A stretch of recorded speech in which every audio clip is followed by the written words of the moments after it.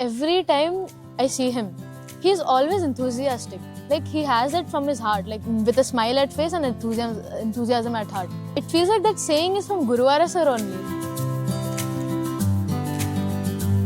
Guruvara sir is really passionate about what he has to do. Like he says that when he started the school, it was so difficult for him, but he never gave up. I got to know that he was into teaching from long back. He taught in schools. Then he started the school. That time he started it in his own house, in his own residence. Like, first and second floor were given for the students. They used to come and teach and learn. Eventually, it expanded into this big school. And also, we have another school, Heritage Valley. Listening to Guruvara sir's speeches, I feel like when he started the school, the chote se start kara, right? You get that motivation from it. He, like, sir has started from this much small to this big it became. Sometimes seeing the school also, it feels like how can it be from this small to this big?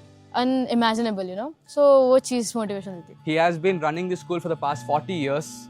It really, you can assume that how much work he has put in to develop this school, to bring this school to such success. My mother keeps telling that I used to be scared of him because when I was small like them, he used to be a little taller. I used to be scared, but then I remember one thing that my friends forced me to go and take lessons of him.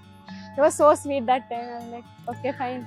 I felt like he should have been my grandfather or something. I admire his enthusiasm. He's such a buoyant person. He's always smiling. He gives us advice that is generally useful. He's still working hard for us. He's still looking after this school. He's developing this lovely environment around us. His hard work, even he's been teaching for almost 50 years and his spirits are still high and he's still so determined and hardworking just to teach students.